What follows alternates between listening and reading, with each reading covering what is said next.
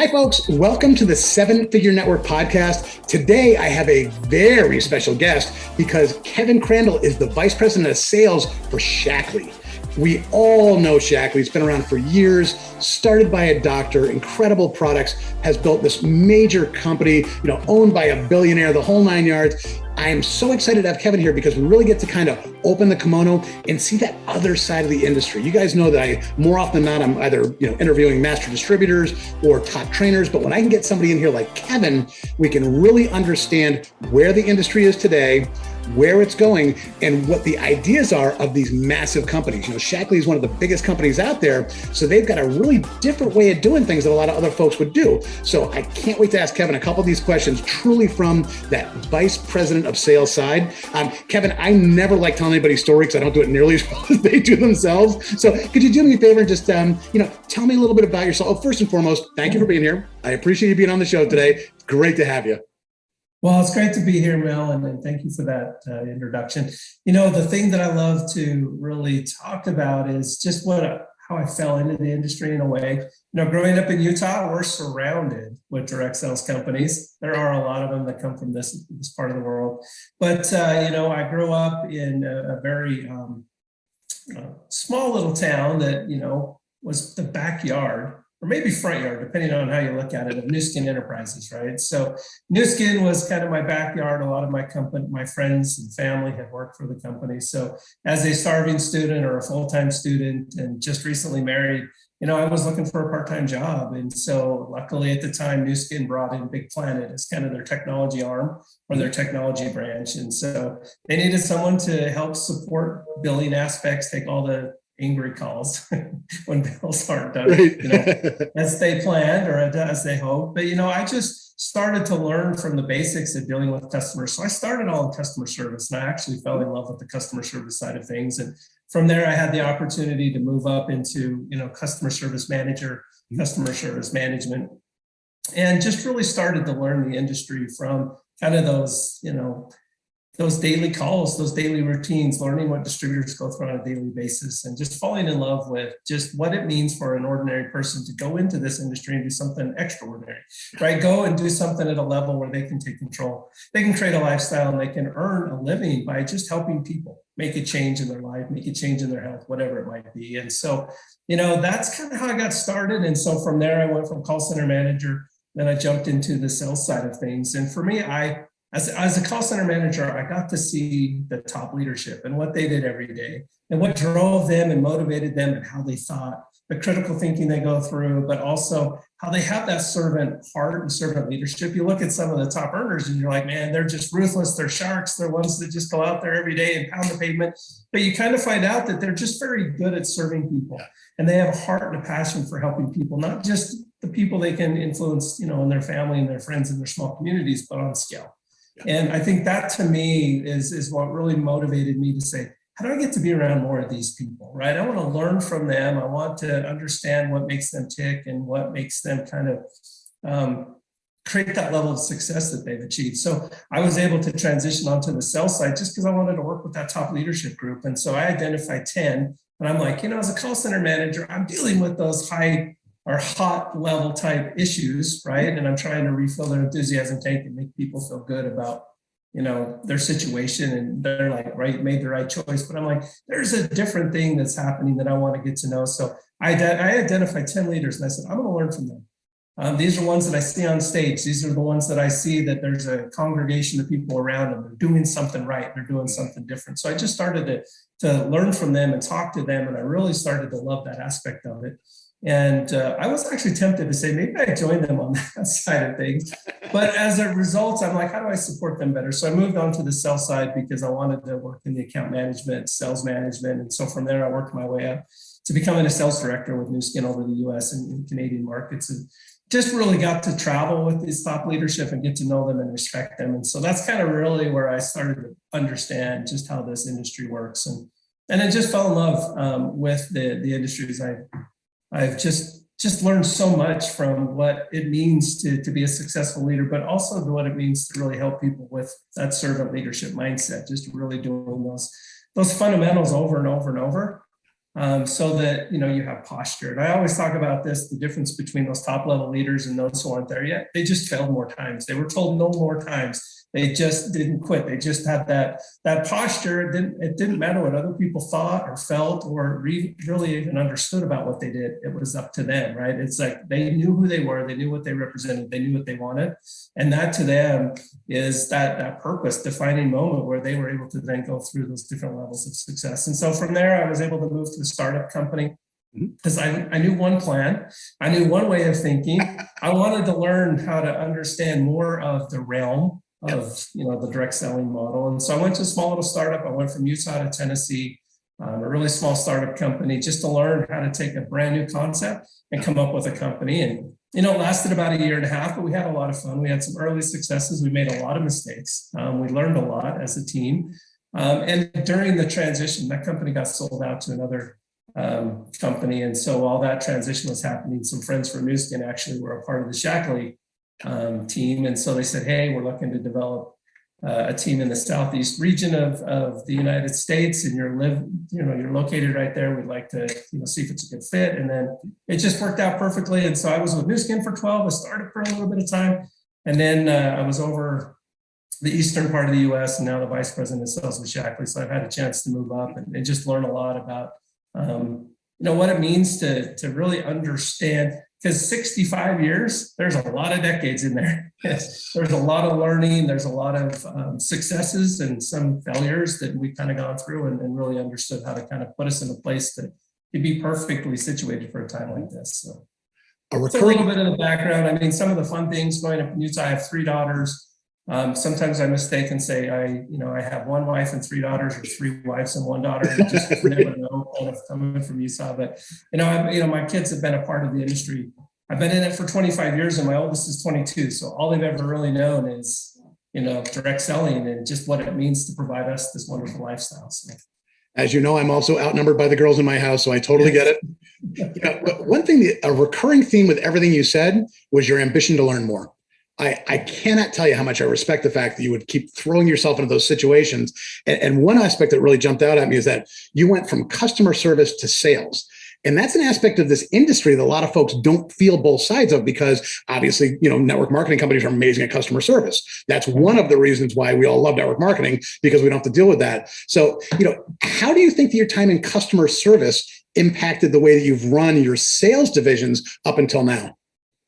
Yeah, that's a really good question. And you're right. There's not a lot of those transitions from customer service to sales, because one's about being, reactive, and the other is about being very proactive. But I think at the end of the day, what I've really learned is that we're all about building relationships. And with it being a relationship business, even if you're one of the top sellers, you still have to provide amazing customer service and understand the needs of the customer. So I've talked to a lot of the people inside of the industry and outside of the industry. And I feel like in this direct selling industry, we know consumers the best, right? Because we try to build a relationship to understand what's a motivation for them. What is something that's going to help them not only achieve that immediate return on the feeling good or, that health need that they have, but also help them to stay consistent, through that, all the different campaigns and all the different things that we do to help them stay loyal. Yeah. And I think that's one of the cool things that I found in, working with the New Skins and working with the Shackleys, is they do a really good job of making sure that the customer service side and the sales side are really connected, really understanding kind of what are some of the obstacles and the challenges that people face day to day. As they're, at the end of the day, they're the ones that are going out there having the conversations. They're putting their being vulnerable, I should say, out on social, right? They're putting themselves out there. And so they want to make sure that person coming in and that person that's trusting them, also feels safe, right? Because they put this safety zone around them. They want to make sure that people feel safe and are taken care of. So as a sales team, as you're out there promoting and driving sales and driving activity, the follow-up, the make sure that we're always checking in to just identify if the person's neutral, maybe if their energy's down, where their energy is, and how do you consistently do the things that you need to do to help to keep them motivated and feeling like there's a trust that the company has your best interest in mind, that the leadership has the best interest of their customers in mind. And so we're always doing things to I think we call them there's kind of the customer loyalty or the customer win backs, those things that you can do to just remind yourself that they're the most important aspect of this entire engine, your customers, right? They're the ones that are going to continue to buy, month after month to make sure that they have their needs met. And you want to make sure from the sales side that you bring that level of customer service in, and you're always doing those things to just remind yourself of the value that they are, and consistently doing things to make them feel like they made that right choice, to help them, in that regard. It's not just a one-time transaction, right? We don't have, gratefully, we don't have that, one and done mindset. We're always about, can we get them that next order, the next order, the next order? And yes, it helps, create more sales. But at the end of the day, it's doing those touch points to make them feel like they are a part of the family, and they're doing their, what they need to do to help, improve their health and their wellness as well. So yeah, no, there's a real good correlation. Yeah, you came up with a really great point, is that, you guys work in a consumable product industry. You've got things that people take for the month and they need to redo. So let's put on our sales hat for a minute. Given what we've dealt with for the last 2 years, and again, I'm not going to get too negative here. We may ask one or two lockdown questions, then we're getting it right off the table because nobody wants to talk about lockdown anymore. So what were you guys doing? And again, I mean, you're the point of the spear, man. You're the vice president of sales. What were you guys doing over these last couple of years to keep sales up? Because as you know, some companies did this, some companies did this, a lot of companies did that. A lot of companies that weren't prepared for this that suffered. So how did you guys do it over the last couple of years? Yeah, that's a really good point. I think, we're lucky in the fact that, our CEO, Roger Barnett, is very visionary he's looking 10 years down the road. Mm-hmm. Like some people look 5 years, he was looking 10 years. So he's been on a mission to really understand supply chain, to really solve a lot of the challenges that are naturally going on without what we've been dealing with lately. So we were already going through that process of looking at suppliers, looking at supply chain, looking at how we could simplify and reduce costs, but also make sure that we are able to provide for the needs of our consumers on a daily or on a monthly basis. Mm-hmm. And so we were already putting some of those practice into place. And also, unfortunately, we being a part of California, which was one of the first places where our headquarters was located, went into the first lockdown. So we were able to start putting some of those things into motion immediately. I know a lot of people and companies were waiting, to 3 or 4 or 5 months to see, how long it was going to be. We went right into kind of that next step or that next phase, and what we could do to kind of continue in that process that we already put in place with supply chain and supply management. And so from there, it was, that was the good thing that we did, really kind of making some of those pivots quickly, and we're already in the thought process. So we just instituted them quickly. Like, for example, we had to move all of our customer service internally into home remote areas, but already started doing some of that. We already started putting some of that into play because we knew there were times where, if something were to happen, some type of disaster, and we needed disaster recovery, we needed people to be set up at home. So that transition happened quickly. So we were able to keep, moving from that office space into homes really, really quickly. Secondarily, I think, we were set up with really good products for the time. Mm-hmm. And I think that's kind of the fortunate part of it, meaning that we had really good natural cleaning products, natural immunity-based products. So people were looking to kind of go for the green aspect of natural and organic, right? And so we've been built upon that foundation. So we have really good immunity-based products, really good cleaning products, things that people were looking for when everything was going off the shelf because people were looking to disinfect or making sure they had all their home needs taken care of. We have a lot of those products. Plus we have really good immunity products. And that's, we started to see people buying up like in mass because they wanted to really make sure that they were taking care of their needs and their family's needs and they were safe, right?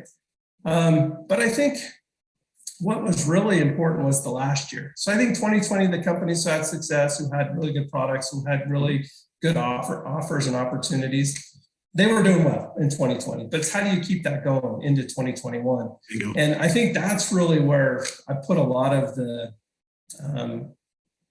give the accolades to our internal team, our distribution center, the things that they put in place to ensure that, we weren't having shutdowns. Yes, we were impacted by the C word, right? COVID did impact our distribution center, but they had already set up methods. I'm trying to think of the word, but they already set up kind of strategies that to make sure that we wouldn't have to shut down completely. So they were going through a process of just making sure that, we always had staff on hand, regardless of the situation, to make sure the products went out and that people were taken care of and their needs were met. So, I mean, yes, FedEx and yes, UPS and yes, some of those was also a slow down mentality.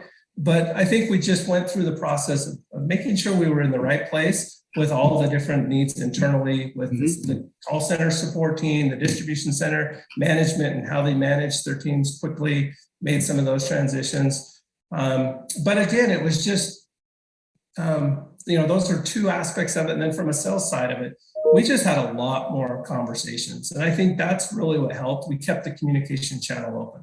Internally, every Friday we meet as a home team, like everybody in the US and Canadian sales and marketing and IT and finance and HR, everyone meets together. And we get a state of the union address on a weekly basis from our CEO, from other members of the team. So we're always doing those check-ins to keep people motivated, because I think you lose that human touch. You lose the opportunity to connect with people. So we wanted to make sure that was consistent. And we do a lot of things to shout people out. And I think it's just that simple. When you're isolated, you're in this 10 by 10 office that I'm in almost all day, every day. And it's like, you can kind of feel like you're very individual and you get a little bit lost. And so we would do a lot of shout outs, that every little thing that we recognized that people were doing, we wanted to make sure that they were recognized. We use Slack, and Slack has been a great tool to keep that open communication channel going, making sure all the different priorities are met, the assignments, all the different tasks are worked on collectively. And so that's where we kind of keep that information updated. We have a shout out section. We have a working from home section where people would throw funny things in there just to lighten the mood, because, sometimes you need an outlet, right? So I think it was keeping the enthusiasm with the employees going.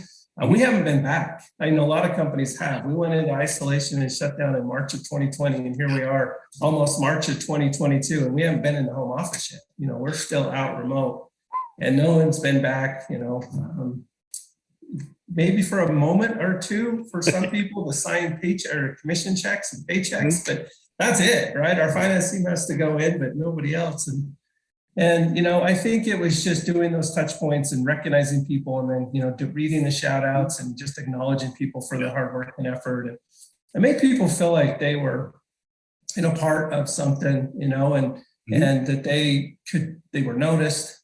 They were recognized for their efforts. It just created this warm, fun, friendly environment that sometimes gets even lost in the office, right? Because there's a lot of the travel time that, people disconnect. And I think this was a way that we always plug in and just make sure that, we can recognize and see people being recognized. And we have those weekly check-ins where we're just, getting a chance to communicate and talk with one another. But so, if you break it down, it's like we were already doing some of the things necessary, during this time to be ready.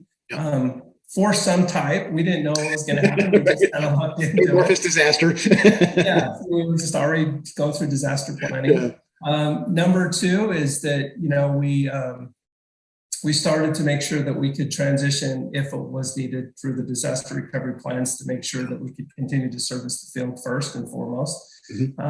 Making sure that the health and safety of the internal team was taken care of, and making sure that we had a place and outlet for people to stay connected and part of the community. I think those were maybe the things that really helped us during that time. And then we do a lot of check-ins with the field on a daily basis. We have different Facebook groups and different channels there where we do a Mission Possible Monday where we get people to plug in and come in and hear and learn from one another. So it just keeps everyone feeling like they're a part of something, even though they don't get that chance to be out amongst family and friends. I think things have obviously changed in the last little while. Thank goodness it's starting to open up and things are a little bit different. But I think that's what a lot of it, and having good products for a time, and also doing things from the financial side of things. I think a lot of people have that scarcity mentality, like, what's going to happen to my income? And then there's those who are like, well, I don't want to go back to work. I don't want to go back into a 9-to-5 world. I want to do something where I can stay with my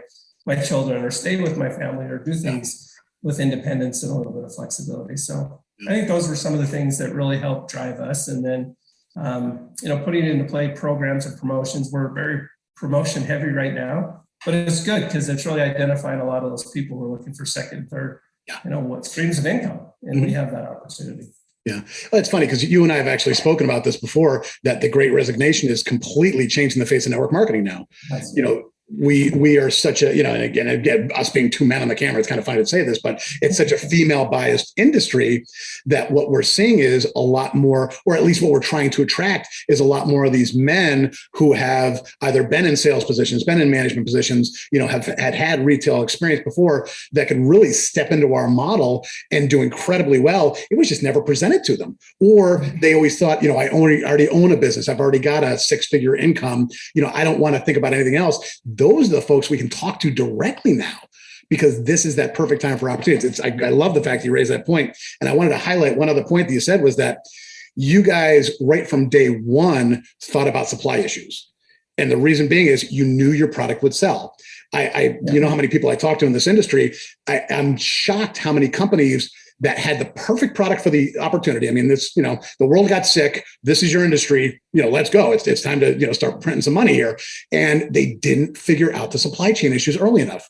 So I think that's one of the amazing things about having a billionaire like, Richard or Roger Barnett leading the charge and having a team like you on there, is you guys really thought about the fact, man, this is going to sell fast. We have these products that are going to fly out the front door. And the last we want is our distributors with their, torches and pitchforks in 6 months saying, where's our green? Where's our this? Where's our that? Where's the other thing? So yeah, really, that's great, man. So let's talk about internationally.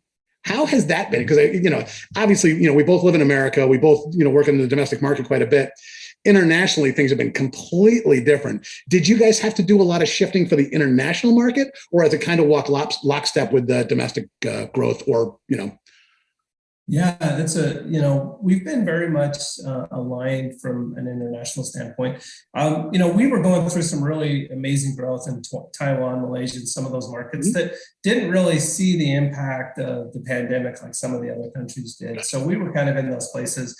Obviously, China is one of our bigger markets, and so that went through some really difficult challenges. So from the China market standpoint, obviously, just the way their government reacted to the pandemic, caused us to slow down considerably. A lot of our U.S. distributors who have really good and really strong teams over there couldn't visit them as much. So they had to come up with creative ways and creative solutions to keep them engaged and keep them focused through a lot of, different Zoom calls and different, Facebook groups, and just really staying plugged in and connected. So that market struggled, but the Taiwans, Malaysias, Japan, and those markets, they flourished as well. And I think it goes back to just having the right product for the time, having enough supply, chain and supply products on hand to be able to support the needs of the markets. And so, we feel very fortunate that, both international and domestic was set up in a place where we could definitely support the needs of our consumers. We did make some decisions where we brought in a lot of inventory because things did sell really quickly. And then, we've had a little bit of excess, and I think, benefited from the fact we can run these promotions to give people some extra product. Because of that, there's always that balance. You don't want to over promote, because then it gets to a point where it's not as impactful. But it goes back to the thinking that we have great product. We know people are sick, to your point. They have a need for what we have. So we just went immediately into, it's going to be an immunity-based time. And a lot of our products, even our shakes, our nutritionals, they're all kind of aligned with, a really good immunity base to them. And so, I just feel fortunate that we were going in that direction already with some new products that were immunity-based, that when this time hit, it was just that it made sense to put some more effort and energy behind getting those products out as quickly as possible to help, make sure the needs of the consumers were met. But yeah, they've been very the seamless, I think, growth from both sides. And yeah, we've run into a little bit more of a challenge with some ingredients in some of the international markets than we do domestically, because we're spread out really good. We have a really good infrastructure in place where we work with a lot of third parties that are local and, really can control, the needs for goods compared to what, we have to do in some of our international markets. But, but yeah, I think we were set up for a good time. Like we were set up for to really take advantage of the time. And that's kind of the fortunate side of the business. So. One thing that transcends all industries, it's way better to have a little bit of a sale on your bestseller than to have your bestseller unavailable for 6 months. Exactly. I don't care if you're selling pills, tires, cars, I don't care what you're selling. It's way better to give a little bit of a break and get people excited than to say, sorry, we're out. Yeah. Yeah. No, for sure. And I think, we were okay with the decision to have a little bit of surplus on hand with some of our top sellers because, going through it was like, we'll just do it for mostly a year, right? I think people going through the pandemic thought, well, 2021 will be completely different. And it hasn't. Here we are, 2022. And those still bestsellers are still our bestsellers today. So it was good that we had them on hand and available. And then we could run because, going into cold and flu season, people knew, hey, maybe the pandemic will slow down, but we'll have a need for these products because we're going through a time where people typically get sick. But we were just perfectly positioned for that. So I feel like very fortunate. I know a lot of companies, to your point earlier, didn't really have the opportunity to make some of these transitions. But I do feel like most companies pivoted really well. There's a lot of technology out there today to really create a connection and build those relationships without having the face-to-face, right? I feel like that, when I joined Shackley, it's kind of interesting. In 2011, we didn't do anything on social media. We were very slow to the social media game. And, I think if you look at the last 11 years, social media has made a huge impact. And so a lot of companies were already transitioning to digital, creating that digital footprint, us specifically. And it was a time for us all to learn together. And so I think there was a lot of fun in going through that process. Because when you have, leadership that's been around 30, 40, 50 years, they're probably not as tech savvy as someone who's just joining today that's in their 20s and 30s, right? And so together we just were able to learn how to use Zoom to be more effective, like we are here, how to do these podcasts, how to do, Zoom meetings, how to just check in, how to create energy and excitement. We've had our 2 conferences that were virtual, and, we have, 3 to 4 times more people tuning in. So we've reached a broader audience because more people can. When you have an older group, it's harder for them to travel. Yep. But they're able to through, training and giving them the right tools and tips to be able to maximize the learning experience through, online. They've been able to flourish and maximize. It's fun to see them transition their business to be more digital and more virtual, right? It's really it's been fun as a company to see that transition. And then you're bringing new people in who just, they have a really good understanding. They think socially, they understand how to really drive activity socially. And so they've come in and they bonded really well with some of our older leadership. And it's just creating this magical opportunity right now for us to really have stability through older leadership who really understands kind of that kneecap to kneecap or belly to belly aspect of the business, right? And then those who are screen to screen, the home to homes, and putting those 2 together has really helped transform Shackley. And I feel like we're very lucky to be in a place with great products and a field that's really adapted to the time. So it's been a fun time. It's sad to say that. For so many, I feel guilty, but it's been a really good opportunity for us to learn and grow together as a company and as a field. So. You know what? That's the positivity that you got to keep going through the whole company. That positivity from the top is what's going to carry you through. You mentioned something I hadn't even thought about. It's funny. It struck me like a bolt of lightning that you've gone through 11 years of conventions, leaderships, this, that, the other thing. Did you see, because, you show up to conventions for the excitement. Everybody knows that the company's going to have explosive growth the month after a convention. Everybody's just on fire. Did you see a different level of growth after convention? Because you said that more people arrived, but because they weren't actually physically in the room together, how did that? I'm really interested. How did that actually play out? Like that month after, where I'm going to see 80% growth because everybody's going crazy. Did that change at all? It actually was better for us. I would say one of our struggles, and I know what you're talking about. I've been a part of that. Where there's 10, 15, 20,000 people, right. Coming in. Rah. So everybody goes to run to those, pick lines or whatever, order lines to make those orders, as quickly as possible so they can be the first. At Shackley, we've been a smaller attended kind of in-person event because we have an older field.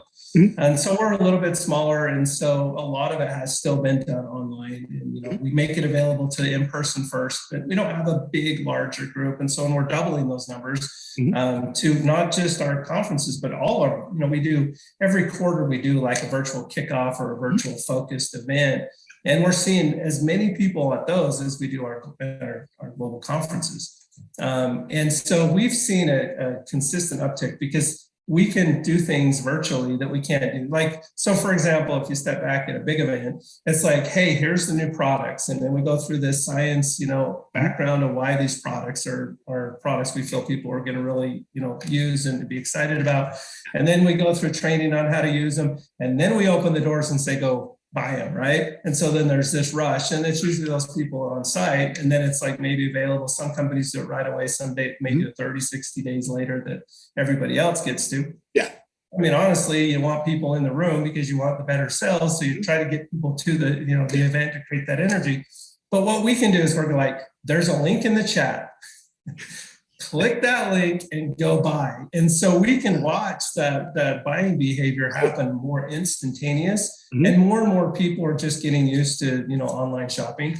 It's just kind of the wave of the future. And so they're just online watching, and there's a lot more interaction, which I think has been the cool part, because when you're standing on stage, you're broadcasting to 10,000 people, right? And it's great, and people are all reacting to you. But when you're doing that in a virtual setting, you can have 3 or 4 or 5 people engaging while the person's speaking. Great point. So there's a lot more engagement happening in the chat while they're speaking happening. So there's I think it just creates an energy that's different. Yeah. I don't want to say that we should always go virtual, because I'm the guy on stage who loves to dress up in costumes and have fun and dance and do all that stuff, because I love the energy and I love the excitement of in-person events. But I do think we're going to probably see companies do like hybrids, where there's going to be in-person, maybe smaller in-person, a lot more virtual. There's going to be kind of the give and take, was we still want in-person and energy, but we also want to support those who may not be able to attend events and not feel guilty because they missed. They could still get some of that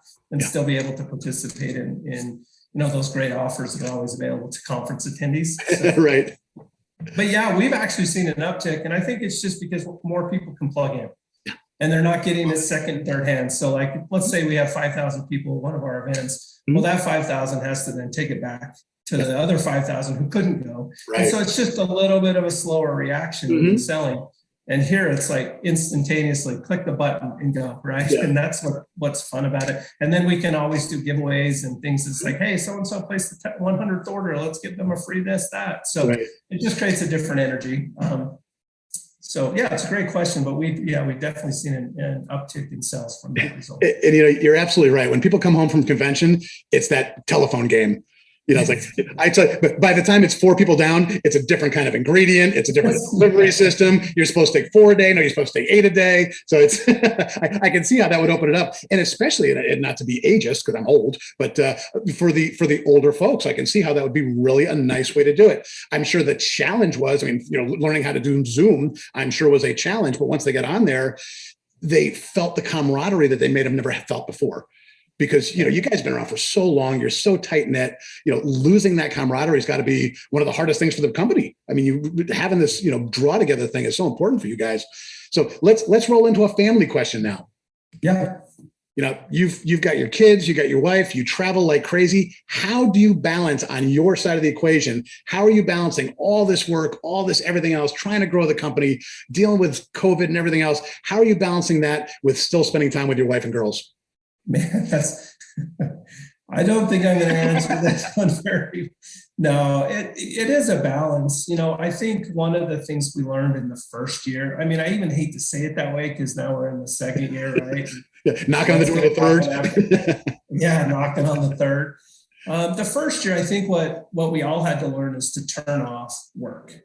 It's easy, like when you drive, I was never good at this, so that's why I'm probably answering that. I would drive from home to the office and I'd call someone, I'd call a distributor because I don't like to drive in quiet. I don't like to listen to the radio a lot. So I'm calling, hey, my friend Mel, and saying, hey, how's it going today? What can I do? So that was my 15 to 20 minute drive time talking to a distributor, I did a lot of my one-on-ones with my team members while I would drive to and from work. I'm like, hey, just checking in. I don't know what's going on. So I was kind of bad at that. But I do think what you did find, for most cases, is that people would have that downtime, right? They'd be able to disconnect, leaving home to work and then, leaving from work to get home. But, when you're working remotely, you just, it's 10 feet away from the kitchen, but I don't ever really make time to go there. And so it's easy for me to go back and forth. I stay here a lot. I can jump there anytime, come back here, I'm working. So what I found is my 8-9 hours turned into 12, 13 hours. Like I was always connected.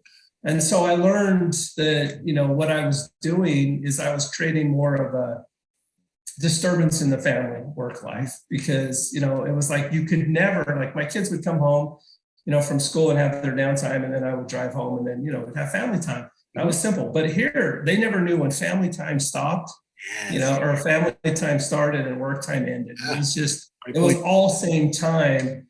And so what we found is that, and I think this is something that our company did really well. They said, you're going to take an hour every day, right? And you spend that hour like rejuvenating and refocusing on you, taking time for yourself, whether you go for a walk with your spouse or, and you can take it anytime. Maybe it's like when the kids got home, that hour and a half, just to take time to just reconnect with them. And so even during the workday was making sure you spent time with your spouse. Because my wife hears every conversation that I have. Right. Like she critiques me. She's like, why did you say it that way? Like she's such a part of my conversations in my work life that it's important to take those moments that you have, opportunities to make sure you're not blending the two to the point where you lose, your own self and kind of that work life.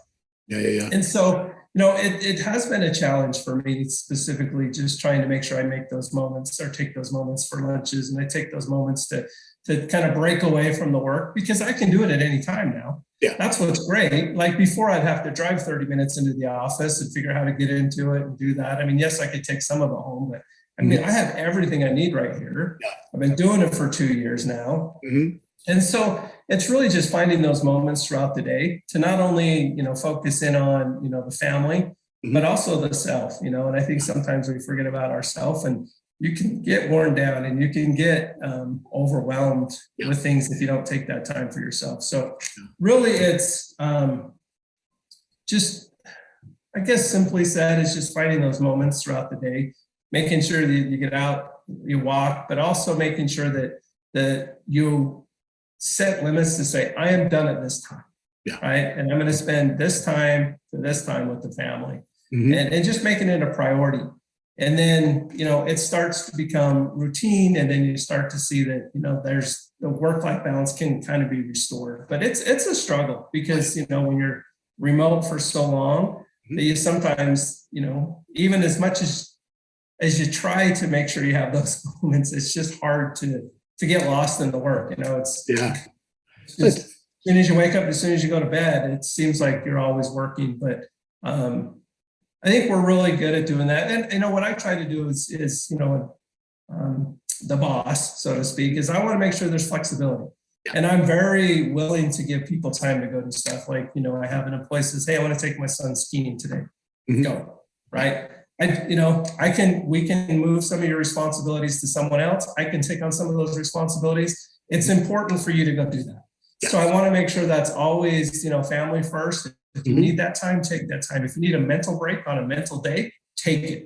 Like we are a team, and we'll step in and help you when you need to do that. Because the last thing I want is a burned out employee talking to the field, right? What is that going to do? They're going to bring that negative energy, that burned out feeling to that conversation. And we don't want that. We want people talking to people because they love what they do and they're excited to have that conversation. They're excited to help them grow and get to that next level of support. So it's important. So I'm always making sure that happens. I'm probably the worst at doing it for myself, but I'm really good at making sure my team is definitely doing that. And I think that's good too. We have a really good team. It's kind of funny because the majority of our team, because of being remote, I moved from California to Utah, back home. I've had several of my sales team that are in Utah. So we're able to get to do things still because we're in a state that has kind of had more of a relaxed, mandates. And so we're able to find time to at least do a few things in person as well, to still stay connected, and then allow people just to make sure they find times just to do stuff with their family. If you need a day, you need a couple of days, do it. We're here to pick up the pieces. So I think a lot of guys like you ended up getting sucked into the bad part of entrepreneurship when you went home. And that is, you can either have a 9-to-5 job as an employee, or as an entrepreneur, you can have a 7 to 11 job. And it seems like we all fall into that same thing. So, oh man, it's funny. So, hey, I wanted to ask you about philanthropy, because I know that you guys are a really philanthropic company. How do you think that's impacted your company over the last few years? Because I know that, because some companies have really taken a loss, they haven't been able to be as philanthropic as usual. Other companies have seen such gains that they've been able to sort of, move even more into that end. What aspect of philanthropy has had an impact on you guys over let's call it 5 years. Let's not even call it the last 3 years. Let's call it the last 5 years. What has that done to move the needle for you guys? Yeah, it's a really good point.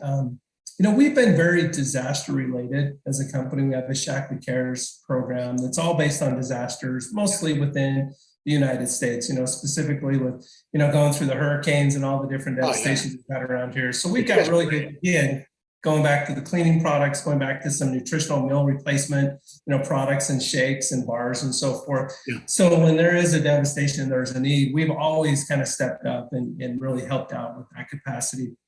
But over the last few years, we wanted to expand that because we know that there's just a greater need to be more involved in communities around the world. The U.S. starting, we still want to make sure it's a big drive for us here, domestically, but we also want to expand to, other reaches and other places. So, that's one of the things that we're really starting to realize, what can we do? We have some campaigns where every spend, is a dollar back, right? So forth to kind of help, what is it? Angels, I forget the name of it, but it's a way to give back to malnourished children, right? In order to help them. And so a lot of the proceeds will go to these different programs. Maybe they're not utilizing our product specifically, but every time you purchase a product or a specific product, proceeds go to that because it's a way for us to help on a larger scale. One of the things that I've absolutely loved and what got me excited about being a part of Shackley is when I was talking to Roger Barnett, our chief executive officer, just about the opportunity. And he said he wanted to be one of the first companies to win the Nobel Peace Prize. And he wanted to eradicate world hunger, which is a big and lofty goal. But it was something that told me, 16, 17 years ago, when he bought this company, that he saw Shackley as a way to do that. Because it's a really, company that's strong in, natural products, organic products that can help not only people, but the planet. And to really look for ways to do that. Some of the things that we've done, different touch points, in addition to our Shackley Cares for the, natural disasters and some of the things we're doing for malnourished children, but also, planting trees. So we did, especially, we're a big Earth Day company. A lot of our products being natural, our cleaning products are natural products. We do a lot of things around celebrating Earth Day and making sure people get out and just really take care of nature and take care of, Mother Earth, so to speak. And so we do these giving planting trees where he was able to, Roger Barnett at the time was able to partner with Wangari Maathai, who was a Nobel Peace Prize winner for her work in Kenya, where we were able to plant 1 million trees, right? It was a 1 million trees project. And so we, together with, Wangari, were able to do that for Kenya because, can think about that, what that can do for the planet. And we've now extended that. Unfortunately, Wangari passed away a few years ago, but we've extended that mission to plant 1 trillion. And we want to continue that mission. So every year, we're always consistently doing things to, plant trees around the world to give back, give back to nature and what nature's given us. So those are just some of the things that we've really shifted in, how we can not only do it on a domestic level, but on a global scale. And there's a lot more opportunity. We want, with the philanthropic efforts, we want it to be like 100% of who we are, right? And what we represent. So every event, everything that we do, we want to make sure it's a big part of our giving back and taking care of the community that's supporting us through our conferences, through our different destinational, trips. When we were traveling internationally, we were always doing things to plant trees. We're doing something to give back to communities that, have needs. So I think that's just a really good mission to try to be that first company to do that. It's a big lofty goal, but everything that we do has that focus and feature so that we make sure that we are giving back. Yep. Keeping Dr. Shackley proud. A lot to be said for that. Exactly. A lot to be said for that. I don't say that jokingly. That means a lot. When you got a founder like Dr. Shackley, you got to keep that thing going. Hey, let's get to the nitty gritty here. 6-month goal, personal and professional. I know kind of intertwine with guys like us. So I'll let you either split them up or put them together. What is your 6-month goal? Yeah. So it's interesting. I went through the pandemic. What do they call it? The pandemic 10 or the COVID 10, I think it was called, where you put on the 10. I think I put on 2025 maybe at the time. And so for me, the last 6 months has been a journey in just going through a transformation to get my health back, because you sit down so much, right? And so we got great products. We had those products, but it was just the 10 minutes of easy walking, snacking. It was like the blur. I think it's called blurred eating, fog eating, where you're just eating, you don't realize you're eating. So I went on a journey to lose weight. I lost 35 pounds during that time period, really focused on my personal health. Thank you. And so that's been a big goal for me, to get back to a place where I felt like I was energetic. I want to run a marathon. So I've got one coming up in July that I'm going to run. So that's a big lofty goal that's within my 6 month on a personal level. I've never done that before, but I really want to, because once you start getting some success or those small wins and you see those pounds drop, you have energy, you have kind of the desire to shoot for bigger goals. And so now I want to continue. I've got another 20 pounds I want to lose. It seems like too much when I say it out loud, but and I want to get to a point where I can run a marathon and do it with some success. I'm not a runner. I hate running. I've done a little bit here and there. So on that personal level, it's just to continue that personal journey to improve and, set some goals and achieve some goals. So I joke that I played baseball growing up, and I was a catcher for a reason, because I'd run to first base, and with the speed up rule, people would run around the rest of the bases for me. That's how much I hated running. I'm like, I'll hit it, I'll get on base, and somebody else can run home for me. That's not my job. I'll go sit in the dugout and put on my gear. And so it's been a big transformation for me to get into a mindset of that type of effort and that type of activity. But I found joy and fun in doing that. So that's kind of that personal, 6 month goal, is to continue to work on that journey and complete a marathon. And the other thing, on a professional level, there's, I think, an opportunity, here at Shackley to continue to move towards more of a digital footprint and do more things socially. We're starting to make ourselves known. There's not a lot of people know Shackley, which is interesting. I know you do, and you know Shackley in the history, but you're still finding that a lot of people aren't aware of Shackley. What we mean to the industry, how long we've been here, the impact that we've had in so many people's lives for all these years, 65 years. It's just crazy to say that out loud.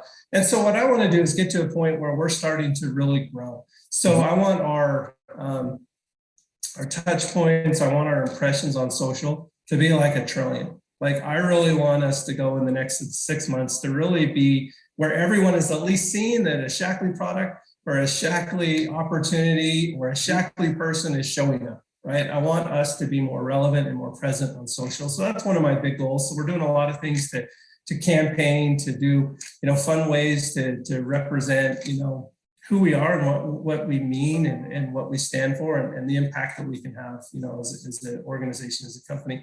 What's cool is we've got a really fun, Women's International Day is March 8th, right? And we've got a very strong, women-based field, which I love. I love the leadership that we have here. And you kind of said it not too long ago where, a lot of there was a time back in the 80s where we had, I think, 30 of our top leaders develop all together around the same time. They hit that top level of leadership.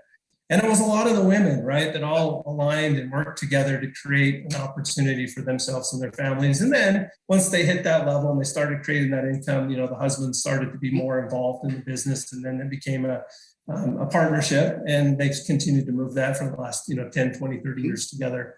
And we're seeing that next cycle come through. And so we've got a really cool, fun way to not only recognize the women in Shackley, but women around the world and the impact they're having as entrepreneurs, but a way to really get out there in force and have all these women just sharing about their sheroes, right? The people that have influenced them, the individuals that have made a difference in their lives that they want to impact, the future generations. So I think that's a really good start for us. So that's I think the beginning of where we can really transition to get to a point where more and more people are seeing Shackley. So we have a big campaign that we're setting up for March 1st. I'm excited about.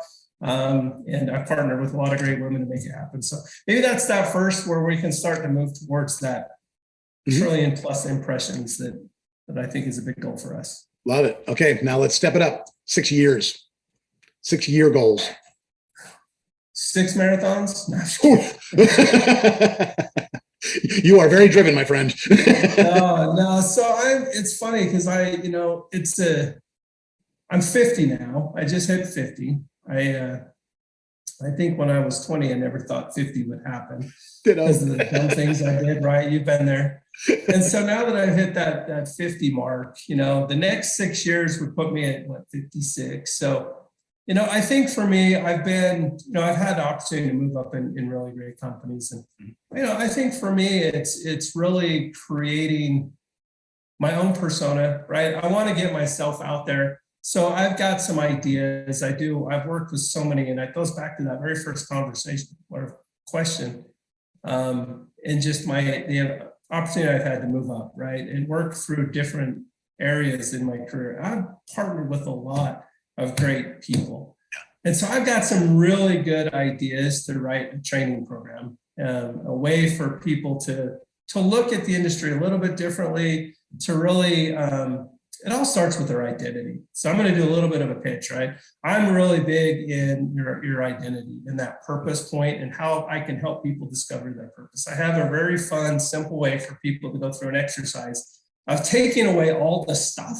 Because I think if you think about it, we're a husband first, or we're a father first, or we're the team lead first, or we're the VP first, or whatever it is. And we're always looking at other people versus ourselves. And so what I try to do is get people to say, okay, if someone else was doing all those tactical daily, responsibilities, what would you be doing next? And right, just stripping down those layers so that people really start to look at themselves, right? Just simply put, when you're on an airplane, they don't say take care of everybody else around you, then yourself. Yep. They say take care of yourself, and then you can help others. And that's kind of where people get lost. They get lost in a way for them to really see how they make a difference. And what is that internal motivation that they can share with other people and get other people excited. So I call that the identity. It's a way for them or a red shirt, right? It's a way for them to stand out. So if we're all sitting down, let's say there's 4 or 5 of us sitting down having a conversation about Shackley, right? And we're all wearing green Shackley shirts, we're wearing the brand, and we're all saying the same thing. Who does the person choose, right? They may choose, someone who has, maybe a better smile, or someone has better, eye contact. But it's hard to really kind of narrow it down. If they're all wearing the same thing and they're all saying the same thing, what makes somebody stand out? So what the identity is, a red shirt is, take one of those individuals out, put somebody sitting down with a red shirt. Now this red shirt's saying the same thing. They're positioning what they love about the business and the opportunity and blah, blah, blah, but they're saying it with a red shirt. So immediately they stand out. Their identity is a little bit different. And so the person then will choose maybe one of the other green shirts, but there's something about this red shirt that kind of stands out, right? It gives them I wonder what that person has that's different, right? And that's that identity. It's a way when you're out there saying the same thing, or you're all talking about the same opportunity, same product, same way of life. It's like, what makes that person stand out? And that's that unique identity.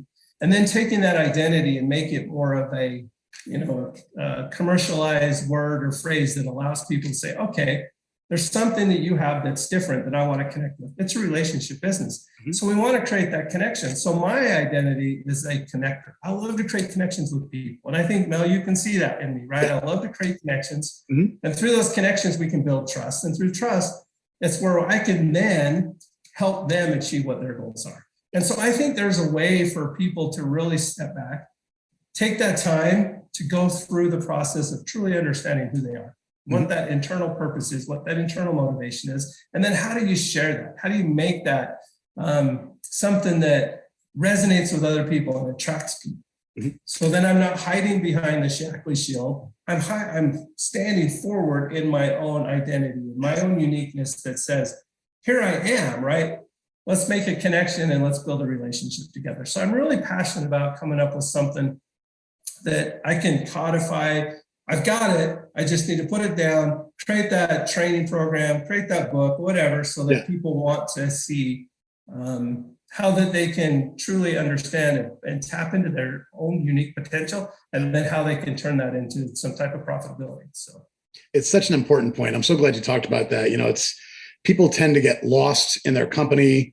I suppose the one good thing that the last couple of years have done is that it's gotten people more comfortable on camera. So people are, speaking a little bit more openly. But the thing is, what happens once we go back to the quote unquote real world? Are they just going to shrink back again? So that's such a great mission. I so appreciate it. So, hey, Kevin, I'm so thankful you're on here today. This was so much fun. We got to talk about a lot of different stuff on both sides of the industry. And, having the vice president of sales with a huge company like Shackley on here just makes me so happy to share this with everybody. So, Kevin, thanks for being on here. I really, really appreciate it. Oh, well, I appreciate you inviting me. I enjoy our conversations. I forgot we were actually on Zoom. Yeah, we're actually recording something. Yeah, we are. All right. Do I need to I'm rethinking all the things? No, it was a great conversation, Mel. I appreciate you giving me this opportunity. So. Thank you, Kevin. Have a great day, my friend. All right, you too. All right. Bye-bye. Hey there. I hope you really enjoyed the show. And now I have a question to ask. Do you want to know how to build a 7-figure network with just 3 to 5 enrollments a month? That's just 3 to 5 conversations, not 30 to 50. That means we only have to convince 3 to 5 people to say yes to build a real 7-figure network. Scan the code or click the link at the bottom of this page now to discover the step-by-step method for exactly how you can add hundreds, if not thousands of customers to your downline by recruiting and enrolling businesses and health professionals onto your team that have hundreds of built-in customers that need your product or opportunity. Get the 7-figure network book now, and let's start building massive volume with an enormous downline of businesses, health professionals, and customers.